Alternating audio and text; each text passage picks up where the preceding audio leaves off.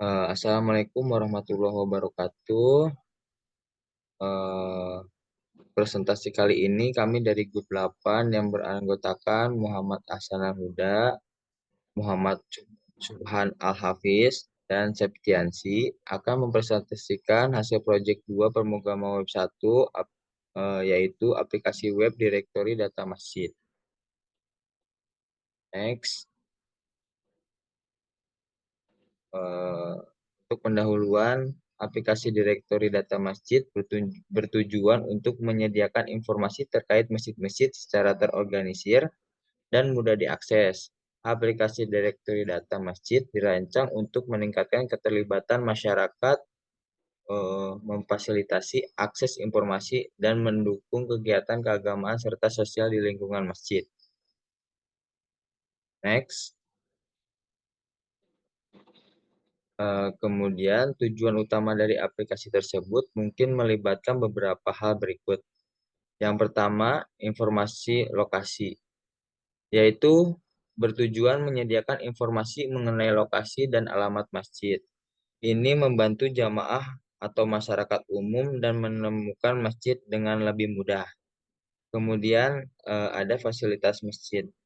Bertujuan menyajikan informasi tentang fasilitas yang tersedia di masjid seperti ruang sholat, perpustakaan, ruang pertemuan, dan sebagainya. Kemudian ada fitur berita dan pengumuman, yaitu bertujuan memberikan platform untuk menyampaikan berita dan pengumuman penting terkait masjid dan kegiatan keagamaan. Kemudian ada fitur peta interaktif, untuk bertujuan menyajikan peta interaktif yang mempermudah pengguna dalam menemukan lokasi masjid dan fasilitas di sekitarnya. Next, aplikasi Dirjit ini eh, dirancang untuk meningkatkan keterlibatan masyarakat, memfasilitasi akses informasi, dan mendukung kegiatan keagamaan serta sosial di lingkungan. Next, di sini ada fitur front end yang akan disampaikan oleh Mas Septiansi.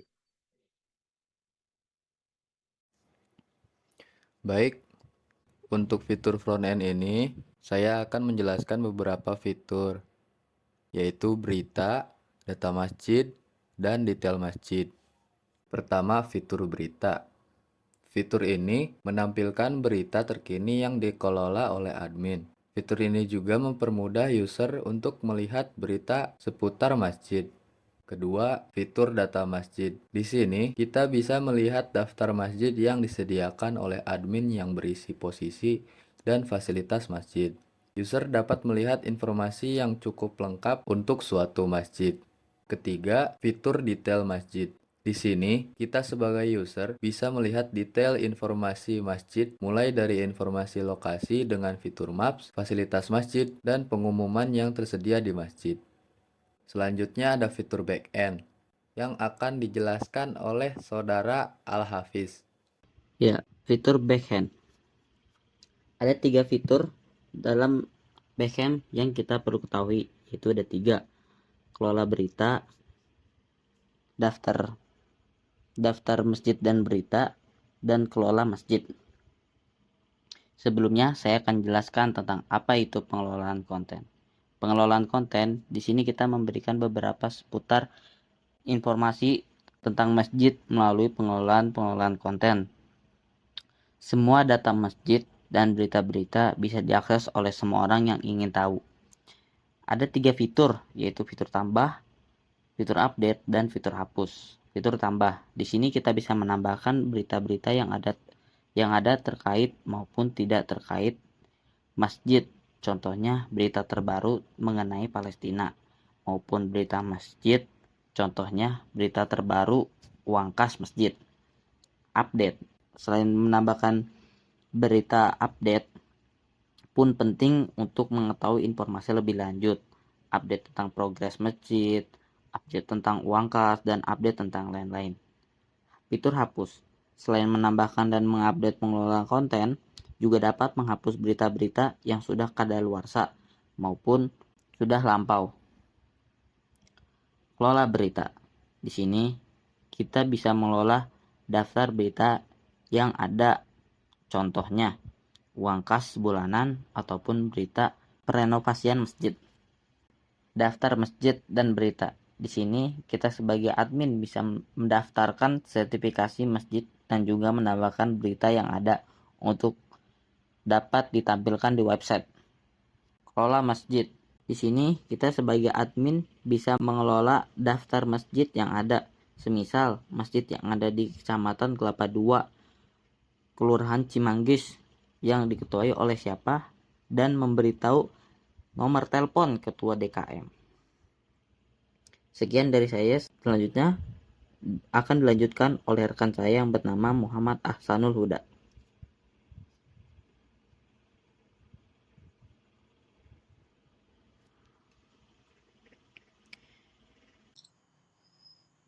Oke, selamat datang di demo aplikasi Dirjit NF, kepanjangan dari Directory Data Masjid.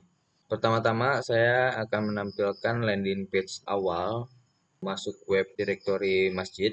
Di sini ada beberapa fitur beranda, berita, data masjid, dan registrasi. Sebelum kita melakukan klik di atas ini, kita harus login terlebih dahulu. Nah, di sini kita harus login sebagai user menggunakan email yang sudah didaftarkan. Kemudian sign in. Nah, kemudian di sini kita sudah login sebagai user. Sebagai user ini kita akan diberikan beberapa fitur, yaitu beranda, masjid, kemudian berita. Di dalam masjid ini kita dapat menampilkan daftar-daftar masjid yang sudah didaftarkan oleh admin. Contoh Masjid 2 ini. Masjid 2 ini menampilkan detail-detail informasi masjid.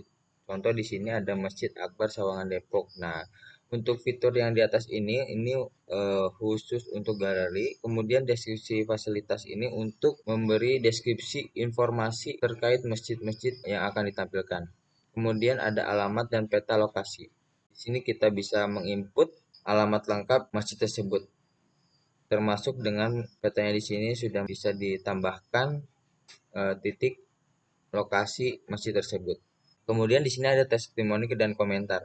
Testimoni komentar ini adalah testimoni dari beberapa pengunjung yang sudah datang ke masjid tersebut. Kemudian ada fitur berita. Berita ini menampilkan berita-berita terhangat yang ada di sekitar kita. Berita ini menampilkan beberapa berita seputar masjid. Kemudian ada data masjid. Di sini menampilkan daftar masjid yang sudah didaftarkan oleh admin. Jadi di sini tampilan untuk user untuk informasi-informasi masjid yang ada di Kota Depok. Kemudian di sini ada registrasi. Registrasi ini di sini akan menampilkan form registrasi sebagai user. Bila kita sudah mengisi form ini, akan langsung masuk ke admin untuk mendaftarkan sebagai user.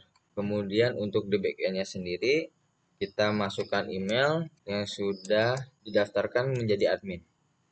Nah, di sini ada fitur masjid dan berita. Untuk masjid ini khusus untuk menambahkan daftar-daftar masjid yang ada di sini, tampilan front end.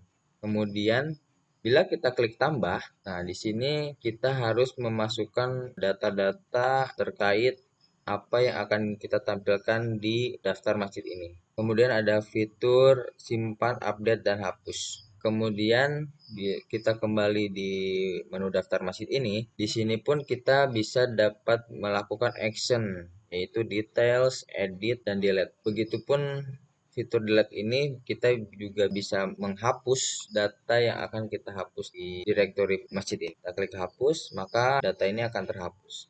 Begitupun sama dengan berita. Bila kita klik tambah di sini, kita pun akan mengisi form berita sebagaimana berita itu terupdate saat ini. Kemudian sama di sini pun ada fitur action di sini. Bila kita sudah menambahkan form yang sudah kita input, kita pun bisa mengedit kemudian delete kembali. Sini akan terhapus. Sekian demo aplikasi Directory Data cerita masjid ini semoga bermanfaat di kemudian hari. Saya akan kembalikan ke Mas Hafiz. Silakan Mas Hafiz. Mungkin itu saja presentasi yang dapat kami sampaikan, dan terima kasih atas kesempatannya kepada Bapak dosen Rojul Munir. Semoga perkuliahan pemrograman web di semester ini dapat bermanfaat. Sekian, saya tutup. Wassalamualaikum warahmatullahi wabarakatuh.